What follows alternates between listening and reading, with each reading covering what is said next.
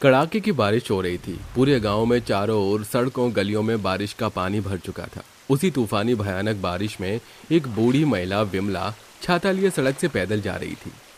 ये बारिश तो पिछले 5 दिनों से लगातार चली ही जा रही है। पता नहीं कब ये बारिश थमेगी।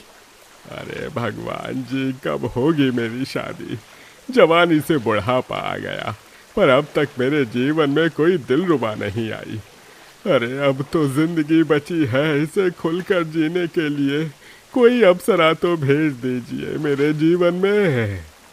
तभी विमला चलते हुए उस बूढ़े आदमी मदन के पास आती है। इतने में तेज हवा का झोंका आता है और विमला के हाथ का छाता उड़ते हुए सीधे मदन के पास जा गिरता है।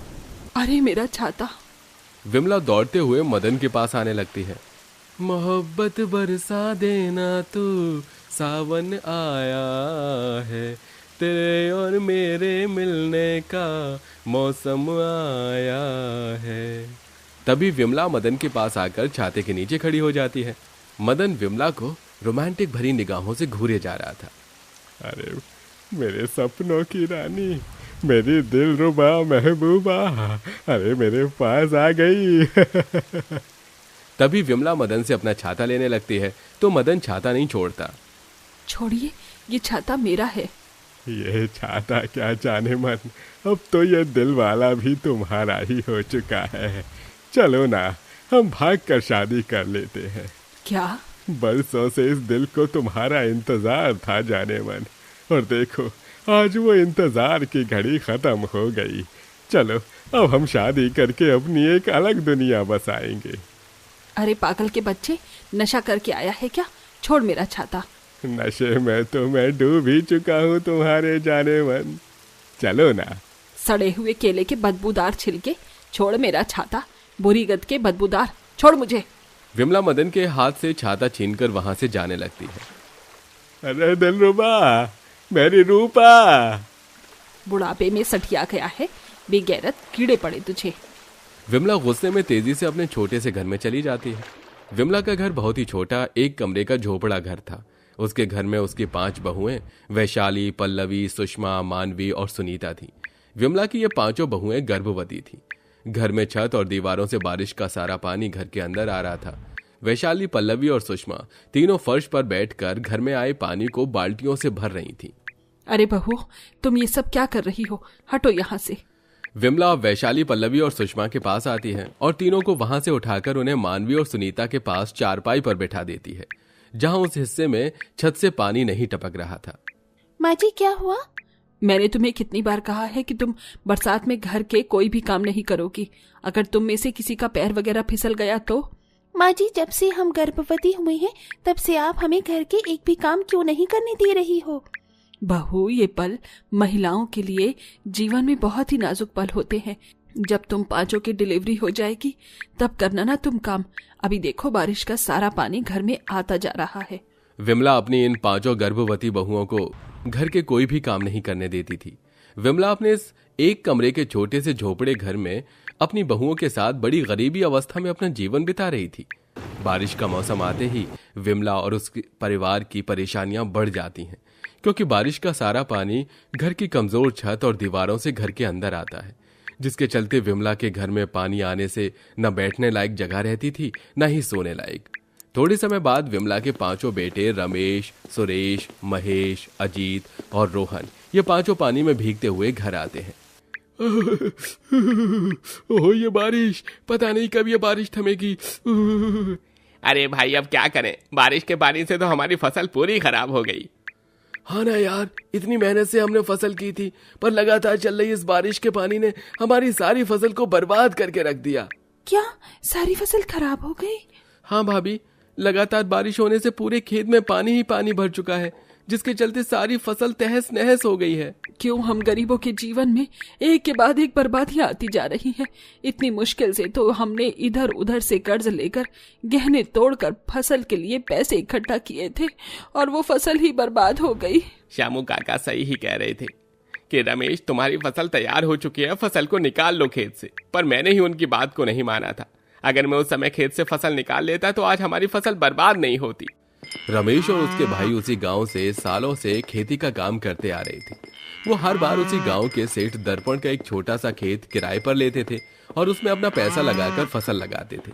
इस बार बारिश का मौसम चल रहा था और ये देखकर 2 महीने पहले ही रमेश और उसके भाइयों ने अपना सारा पैसा खेत में सब्जी की फसल उगाने में लगा दिया था। पर इतने दिनों से चल रही लगातार बारिश की वजह से उसकी वो सारी फसल बर्बाद हो चुकी थी और रमेश और उसके भाइयों का सारा पैसा डूब चुका था। तभी वैशाली और उसकी चारों देवरानियां मिट्टी के चूल्हे पर खाना बनाकर सबको परोसती हैं और सब घर के एक कोने में बैठ जाते हैं जहां बारिश का पानी नहीं आ रहा था। सोचा था फसल का पैसा आएगा तो मैं घर की मरम्मत करवा लूंगा। भाई फसल के लिए तो अब पैसा नहीं रहा, अब हमें गांव में कोई दूसरा काम ढूंढकर मजदूरी करनी पड़ेगी। सही कह रहा तू सुरेश, हमारी 5 पत्नियां गर्भवती हैं, इस समय घर में पैसा रहना बहुत जरूरी है। रात के समय विमला अपनी चारपाई पर घर के एक छोटे से कोने में सोई हुई थी और उसकी 3 बहुएं वैशाली, पल्लवी और सुषमा चारपाई के नीचे सोई हुई थी और बाकी 2 बहुएं मिट्टी के चूल्हे के पास सोई हुई थी, क्योंकि घर में बस इसी जगह पानी नहीं आ रहा था। और 5 भाई प्लास्टिक पन्नी ओढ़ के घर के बीच वाले हिस्से में सो जाते हैं जहां छत से लगातार पानी 5 के ऊपर टपकता जा रहा था। गरीबी का यह भयानक मंजर देखकर विमला और उसके परिवार वाले मन ही मन रोने लगते हैं। भगवान जी, ये कैसी कठिनाइयों का सामना करना पड़ रहा है मेरे परिवार को। हमारे ऊपर आए इस कहर को हटा दीजिए भगवान जी। भगवान जी, हमारे पति बहुत परेशान हैं। उनका इतना बड़ा नुकसान जो हो चुका है, उनकी परेशानियां दूर कर दीजिए भगवान जी। 5 बेटे होने के बाद भी हम अपने परिवार को कोई सुख नहीं दे पा रहे हैं। भगवान जी, हमें गांव में कोई दूसरा काम दिलवा दीजिए ताकि हम अपने परिवार को इस परेशानी, इस मुसीबत से बाहर निकाल सकें। अगले दिन रमेश और उसके 5 भाई गांव में किसी दूसरे काम की तलाश में आते हैं, पर बारिश के मौसम की वजह से 5 भाइयों को कहीं काम नहीं मिल पा रहा था। इधर 5 गर्भवती बहुएं बारिश के कहर से अपने एक कमरे के ससुराल में हजारों परेशानियों का सामना करके अपना जीवन बिता रही थी। बहरहाल कुछ दिन यूं ही बीत जाते हैं, पर अब तक रमेश और उसके भाइयों को काम नहीं मिल पाया था। एक दिन विमला घर की छत के ऊपर एक प्लास्टिक का तिरपाल डाल देती है, पर हवा के कारण वो भी उड़कर चला जाता है। वो तिरपाल तो उड़ गया। ये क्या हो रहा है हमारे साथ? पतियों को काम नहीं मिल रहा और घर में इतनी परेशानियों का सामना करना पड़ रहा है। तभी भूखे रहने से अचानक सुषमा के पेट में तेज दर्द होना शुरू हो जाता है।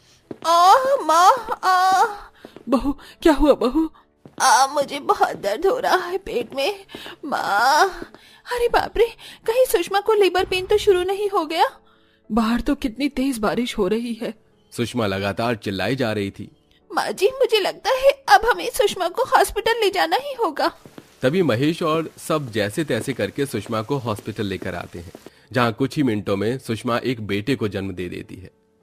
मुबारक हो महेश, तुम्हारी पत्नी को लड़का हुआ है। ये सुनकर परिवार में खुशियों भरा माहौल छा जाता है। थोड़े समय बाद महेश हॉस्पिटल के बाहर आता है तो उसके पीछे वैशाली जाती है।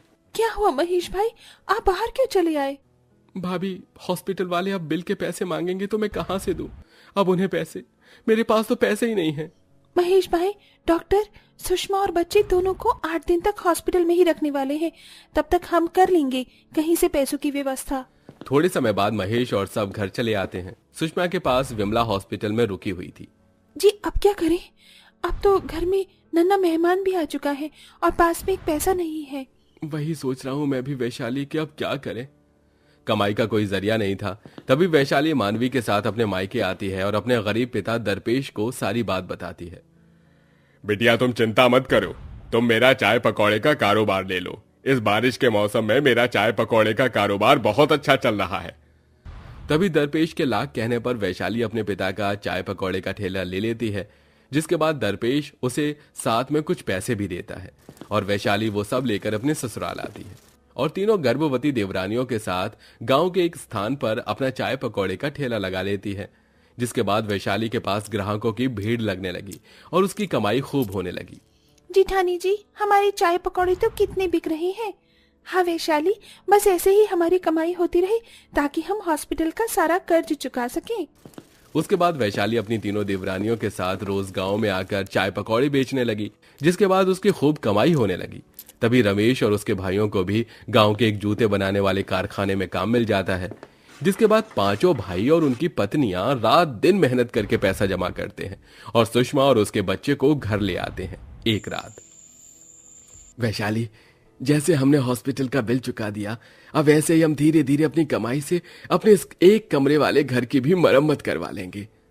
हाँ जी, जैसे बूंद बूंद से समंदर बनता है ना, वैसे ही हम धीरे धीरे अपनी गरीबी दूर करते जाएंगे। उसके बाद रमेश, उसके भाई और उनकी पत्नियां मिलकर काम करने लगी और धीरे धीरे अपनी कमाई से घर की मरम्मत करवाने लगी।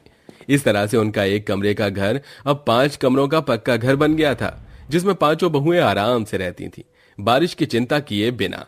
वहीं कुछ ही महीनों में विमला की बाकी 4 बहुओं को एक एक बच्चा हो जाता है, जिनके साथ वो अपने घर में खुशी खुशी रहती हैं।